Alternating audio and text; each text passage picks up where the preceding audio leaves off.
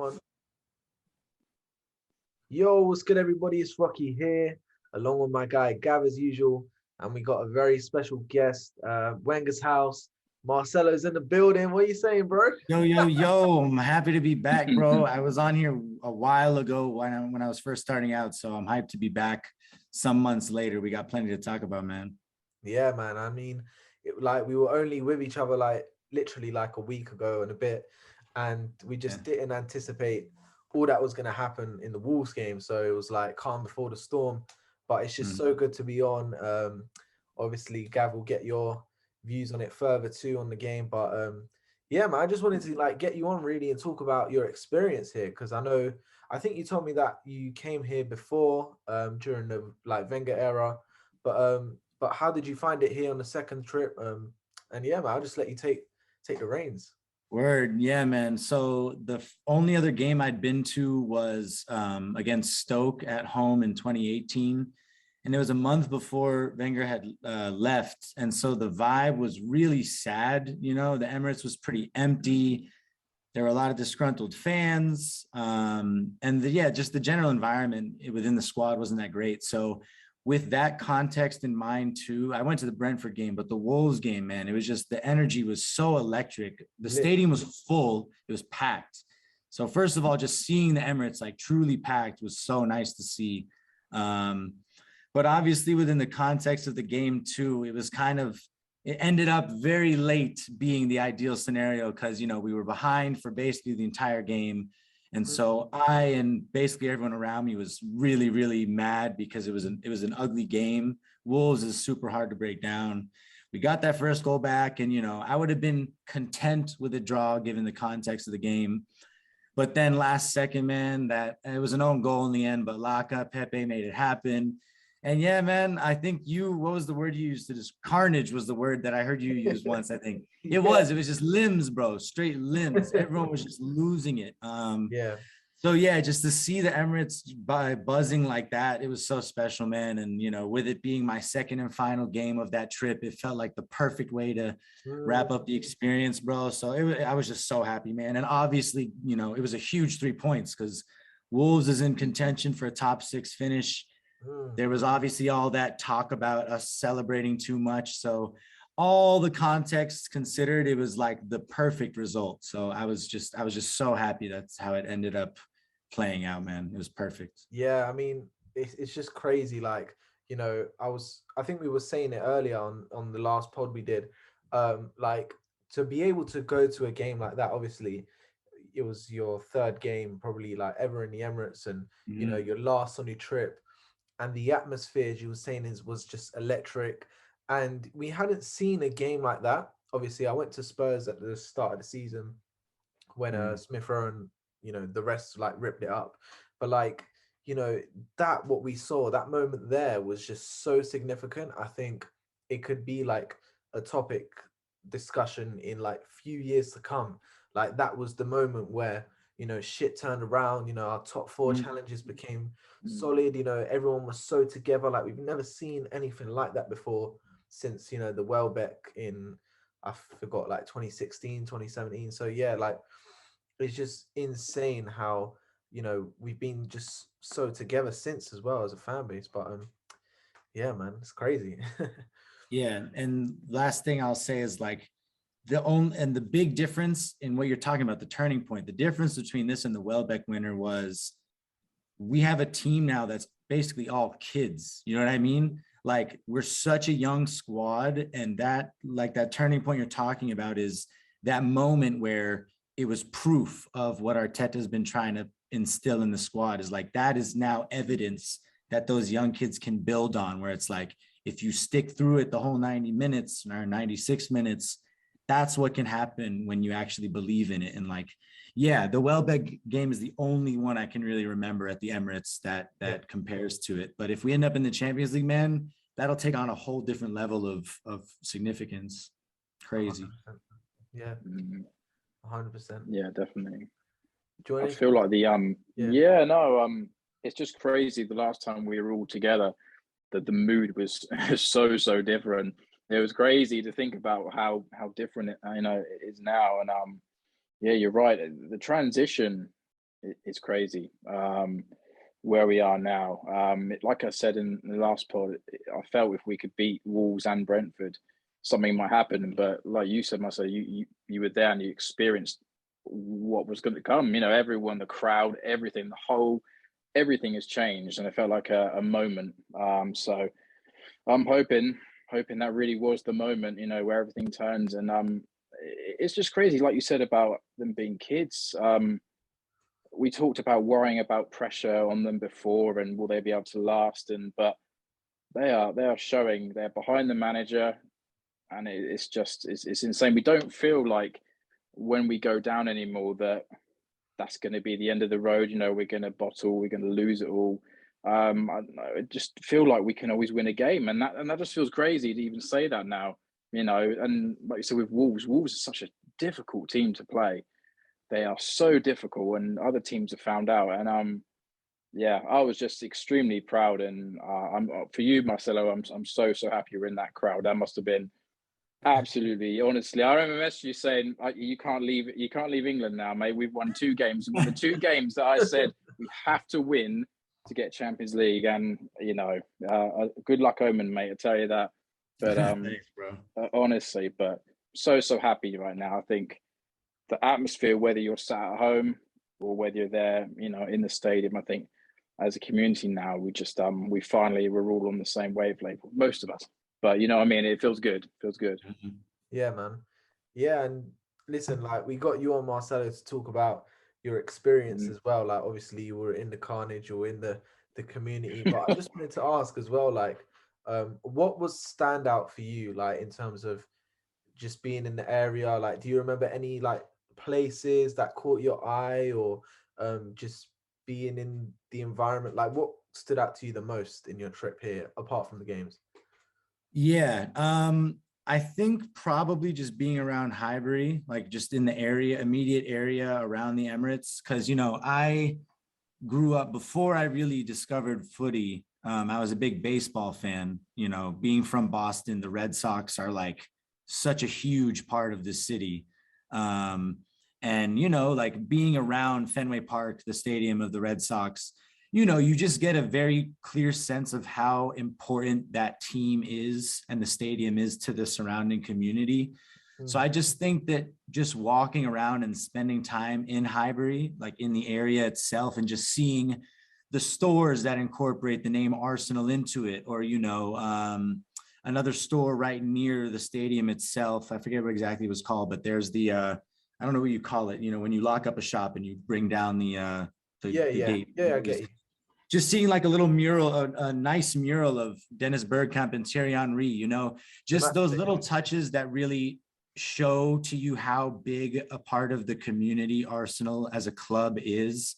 I think that was really special for me because, you know, the only other time I've really been there, 4 years back, I was with my dad, and it was great to be there with my dad. But you know, when I think you get the best sense of an area if you're just walking around alone, like just soaking it in on your own and just, you know, taking in all the sights and sounds. So yeah, I think I just really gained a much bigger appreciation for how big the club is, to that area, and just before and after games, you know, just like even people who aren't going to the games, you know, people at the pubs. I forget what the name of the pub was that I went to that Steve in the clock end linked me at. Something brothers keeper or something, I don't know. But yeah, just going to a pub, man, and just seeing it packed to the brim of just Arsenal fans, you know, guys in their 60s, young kids who are there with their dads. Like I've had that whole experience as a Red Sox fan, but now that I'm fully, you know, head over heels in love with Arsenal, like I just love seeing that vibe, man. Just how much this club means to everybody, and it definitely made me love the club even more. That was really cool to see. Yeah, man. So I love the metaphor you use there, like, you know, packed to the brim. And it's just crazy. Like so many people don't soak in, you know, the match day experience. And, you know, when we were here and you like met up with me and stuff, you were saying like just being here in the environment and, you know, just taking in the sense of the area, you know, like the sense of the grass, and just everything is so sick. I just really regret that in the second half I didn't message you to say come down to the North Bank in the lower. Like it only crossed my mind before because obviously, like during a match day, things go at such a quick pace. Like it's so hard to explain because when you're in there and you're going around people and it's hard to bring out your phone and stuff. But yeah, that's the one like regret I would say is just to not share that moment with you together. But yeah, man, it's crazy. And it's funny though too, because even if you had messaged me, I somehow managed 8 days in London without a SIM card. So I was just depending exclusively on Wi-Fi wherever I went. I bought a SIM at the airport and it didn't work, and then I just never bothered to fix it, which just is like proves that I don't know, that's a bit of a strange decision on my part. But yeah, I probably would have missed the message because the Wi-Fi was like pretty shit at the Emirates. Like only when you went under the ground, like when you weren't in the stands themselves, I was able to connect briefly. But yeah, man, that was another thing too. I almost appreciated not being able to check my phone during the game because I think that if I had data, I would have been so tempted to document so much of it for Wenger's house that like I would have just missed that, like you were saying, Rocky, that atmosphere. Because, you know, I always want to include the community in seeing what I'm seeing. But if I was so tapped in with my phone, I wouldn't have been able to just like give all of my attention and energy to everything going on around me. And it was so special to get that feeling, man. I was gonna say, man, I was actually really happy that you didn't, because I was almost, like you said, expecting something from you like halftime or some pictures and stuff. But from the experience side, I was so happy that I thought, man, he must be so into this. Like, you know, this is an experience. And to be fair, this is what it used to be like back in the day. No one cared about cameras and, you know, taking videos and stuff. It was just, you know, your phone away. You see all the famous photos of like Henri sliding and stuff. There's no one with a phone out. Do you know what I mean? They're all just taking it in. And for you, I was so happy. I knew you'd put stuff up after, but you must have been lost in it. And I was like, oh, mate, happy for him. Do you know what I mean? And I'm kind of glad there's no Wi-Fi. So cheers, Emirates. Yeah, right. It definitely worked out in the end, man. I definitely feel that. Yeah, man. And one last story about the game. And I actually want to ask you, either of you, you know, about the Emirates vibe, because so when I went to games, I went to so many Red Sox games. Like I've been to so many games in my lifetime. And I always sat in the cheaper seats, one, because that's where like the real fans are a lot of the time. And it's just more affordable, but you always get a lot more of like the rowdy people, you know, the people who are cussing and yelling and all that. So there was this guy behind me who was being really vulgar, and like, I'm cool with it, but at times it was crossing lines. Yeah. And so then there was this family next to him. It was a husband and wife, and I couldn't tell if the kid was with this wild guy or with the husband and wife. So the woman starts telling him like, hey, you know, calm it down a bit. You're kind of going over the top now. And he started directing all of it at her. And he low-key started like threatening her a little bit. And it got really toxic and messed up. And the husband punched this guy in the face. What? And he just started bleeding everywhere, like all over him. I stood up because I heard this commotion, and he ended up getting blood all over my seat, like where I had been sitting moments ago. And he broke this dude's glasses. Yo, it was like really bad. And then security dragged all of them out. But I can't help but think that that was like an anomaly. I feel like the Emirates is a very family friendly, not an anomaly. Like that was a common. I think it's only because of the results. Like when it goes bad, that's when it happens. Literally, like about 20 minutes behind the goals that we scored, like Pepe and Laka, there was one guy behind me arguing at another guy behind, and then that friend got involved, and then it just like things just became like so like just aggressive and stuff. And I was just looking back, like I was trying to not catch an eye before someone says like, what are you looking at, and then starts on me. But like, you know, it was crazy. But I mean, but that's what happens, that as I was saying, like some people are on the booze, like they can't control it, they don't know what's going on, they're just there and they've got an adrenaline rush, and it's just that's what happens, isn't it? Like that's just that's the shit that occurs when stuff's not going, you know, Arsenal's way. Definitely, man. Sorry, I'm actually recording in my classroom, so they have the automatic lights turn off. So like if I jump up, it's because I'm setting off the automatic sensor. Yeah.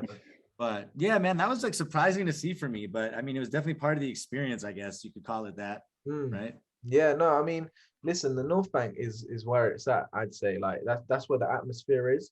I think anywhere, I think you said that you were in club level for the Brentford game, and it was almost like an opera house, and that's what you get, man. Like that's why I love, being in the North Bank, being in the grit, dirt, just the way, like, we grew up around here. Like it's just not everything's so glitz and glamour. So it was just nice to be there when everyone was celebrating, and it was just nuts, man. And I just love standing up for the 90 minutes as well. It's crazy.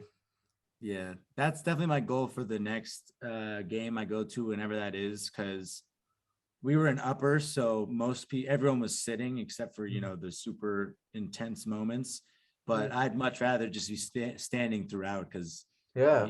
something about it, you're just more immersed in every second of it. You kind of feel like you're the gaffer or something. Like No, fully. you're ready to make that call. It's funny because I do that to myself sometimes. Like, come on, like, up, like just yeah. Guardiola just standing there, but I'm really some like dickhead in the stands, like. But it's funny, like, yeah, man, it's just super cool to be there, and I wouldn't trade it like any other seat for it, even if it's in like the diamond area. That's just where you want to be, man. That's where you have the most fun, and yeah, it's just much better. It's that musical chairs when you're sitting up top. You know what I mean? Right. Up and down, like, oh, and then Definitely. yeah. But we got a big game this Sunday. Me and Gab don't really do previews because it's like we're guessing almost. But this is a huge game. Like this is one, some people say, oh, it's only Watford, but then people like me who are quite cautious about messing up the run. I'm kind of like worried about going into it because everything's so good right now. But what's your approach with the game, or where do you see the game going? So um, I'll start with you first, Marcelo. Word. I agree with you. First of all, about it's only Watford, because when you approach a game with that mentality, you're already setting yourself up for a potential slip up, or a bit of a howler. So I feel confident because Watford has not been good this season really at all. They've had a few really impressive results, to be fair. Like, they just drew Man U and they beat them a few weeks back. It was like a couple months at this point. So yeah, you can't sleep on them. I do think that we're going to win, but I am a little concerned if we're getting into like the starting 11. I am a little scared about Tomiyasu's extensive issues with his calves, because first it was one calf that kept him out, but now it's the other calf that's keeping him out. And to be fair to Cedric, he stepped up. Like, we beat Wolves twice and we beat Brentford with him starting in all three of those games, which, to be fair, I was not confident about him starting against Wolves. So he held his own. Smith Rowe's back healthy. So Smith Rowe should be starting, or at least, he'll be an option. But yeah, man, no matter who our starting 11 is, I think we will get the 3 points. It's just a matter of being confident without writing them off too quickly. And yeah, so I mean, a question for, like, I want to let Gav go too, but a question for both of you to consider is, do you start Pepe, or do you keep those vibes going off the bench for now? Because Smith Rowe scored those 4 consecutive goals off the bench, so it might be better to keep the super sub vibe going. I don't know. That's something for y'all I want to hear from you guys too. Yeah, I'll let Gav go because yeah. No, yeah. Well, I mean, I echo what Marcelo says about the actual game. I do think we'll win. It would be nice to see a comfortable win. That's what I'd really, really like to see. I think we're owed one of those. So, but I think we have the starting lineup. Whoever we decide to put on, I feel like we can move it around now without any stress. I feel like, you say, if Smith Rowe comes on, it'd be great. If Pepe starts, I feel like maybe he's finally finding his feet. Literally, I know he's a bit of a Bambi on ice before, but yeah, I'm quite confident, and I can't see it going any other way apart from a win, because I think what happened in the atmosphere and how we reacted against Wolves, I feel that really was the turning point, and I'm hoping that we continue that, and I think we should win, because all the results for once in the other team's matches are going for us, and it's quite scary. So I can see a win. I don't think it'll be a thrashing, because again, like you say, you can't really write Watford off. but I'd be a comfortable 2-0 or 3-0. I think that's how I envision it. But like you said before, Rocky, we don't like to preview too much because we never know what's going to happen. Yeah. But with the starting lineup, that is a real good question, because I'm a real fan of Smith Rowe starting, and I actually get quite frustrated when he's not because I think he brings that freshness, that element of attack that I don't think any of our other players have. He can just find the ball almost like Odegaard, but more attacking. And I think we're a different team when he's on the pitch. So I'd like him to start, but at the same time, Pepe is really coming. You know, he was just brilliant when he came on against Wolves. But it's difficult. I kind of want Saka on the left, Pepe on the right, Emil Smith Rowe sort of just in the middle. I love it because there's options. That's what I mean. There's options, and it feels like if one player comes off, like we saw with Pepe, another one can come on. But I think if Pepe doesn't start, I don't think he's going to have the attitude he did before, where he feels a bit low and a bit down, because I think Arteta's come out and said he's a different player now and he's got confidence in him. So I think he understands his role. Even Emil Smith Rowe, he doesn't always start, but there's no drama, no negativity. They all know they've got a place in that team. And that's a really good question, because it is so hard. But that's what you want. That's what we want. We want every player being so good that they could start and giving the manager issues. So but I'll let you talk now, Rocky.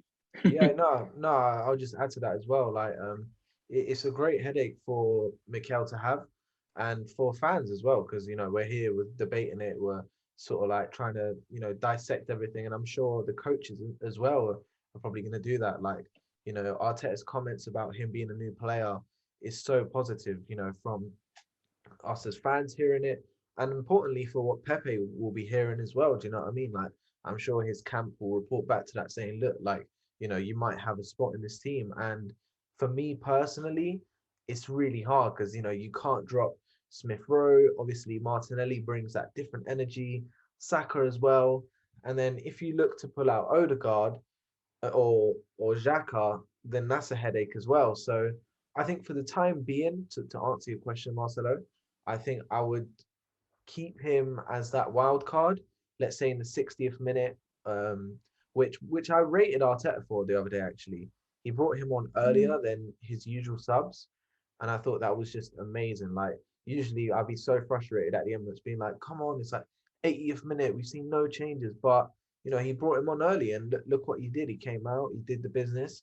And I think if we have that as an alternative, that would be great. And I do think, I spoke to someone recently, he told me that those stretch of games that we'll have with Leicester, Liverpool, and even this Watford game, like they're going to be so vital to rotation. So he will get a start there, I reckon. But whether it fits Sunday, I'm not sure. But it's interesting. It's a good debate to have. Mm-hmm. Yeah, it's my take. Even really. No, go ahead. I was just going to say as well, obviously with summer coming, this is kind of like Pepe's chance to kind of prove that, because if we are going to spend, which you'd hope, this is kind of his season now, last half of the season, to really prove to Arteta that, hey, don't get rid of me. Do you know what I mean? I'm actually going to be, next season, I'm going to flourish. Do you know what I mean? So we'll see, but it'll be interesting. But that's, something to think about, really. Yeah, man. And predictions, we'll go with predictions. Marcelo, what do you think for Sunday? I agree with Gav so much that I realize, like, when I think about it now, we haven't had a comfortable win in a while. And it's typical Arsenal, but like even Brentford, man, Brentford should have been comfortable, but then they got that goal at the end. And I don't know if you remember, they had a counter that ended up being offsides, but it was like directly after they brought one back, they almost scored a second one. And that was so stressful. So I want a comfortable win. And so if we're manifesting here, I'm going to go with what Gav said. I'm going to go with 3-0. Ooh, 3-0. I'm going to say 3-0, man. I just want to manifest that. What are you guys feeling? Yeah. Well, I'm just going to echo what I already said anyway. 3-0, man. I'd say 2 or 3-0, but I'm going to be generous because I think we're on the roll now. I think that was the transition to hopefully glory. So 3-0, mate. Let's be positive. Come on. I mean, I'm going to go with 2-0. No, you know what? I'll go with 3-0. I feel like there's a goal. There's a goal in everyone. Look, there's a goal in Lacazette now. I'm joking. I don't know. Kind of. Yeah. But yeah, man. But we'll see. But listen, Marcelo, is there anything to add that you wanted to say? Oh, Like I wanted to, Marcelo actually. Yeah. How was AFTV? We haven't talked about it. Oh yeah, How was that, man. yeah. Let's go on about AFTV.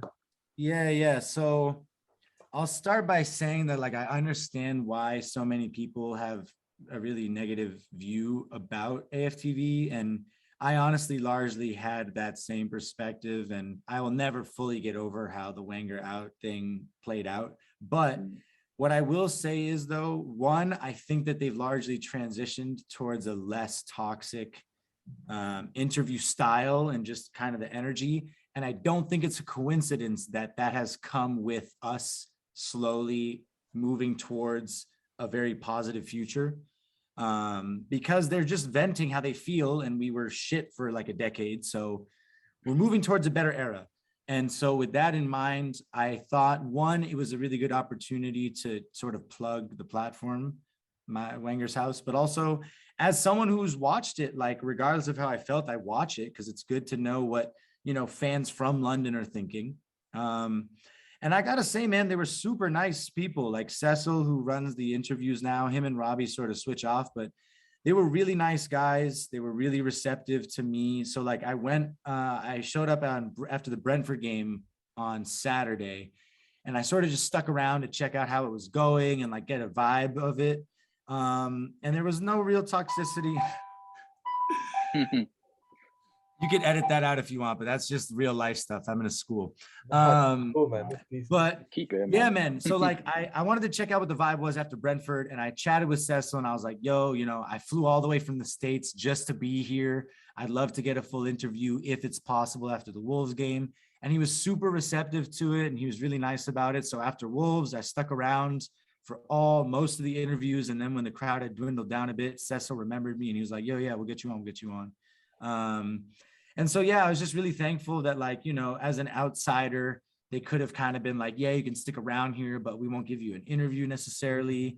But they were really down. And like, I told them about Wenger's house, and they were like, oh yeah, we've seen it around, you know, good stuff. So, you know, I appreciated that. And yeah, they were really nice to let me get a slot. And I just wanted to bring, because I think I might have been the first American ever to be on it. Like, I don't know that for certain, but I don't remember ever seeing an American. So I had to represent the country like as best as I could. So I tried to be, you know, composed and not just so over the top. I wanted to give some insights, or what I hope to be some insights, and be constructive about it. And yeah, I was just really thankful that they let me get on there, man. And it was really fun as someone who's watched it for so long and wanted to hopefully be part of that change away from the more reactive and negative vibes towards like thoughtful and appreciative of the players we have.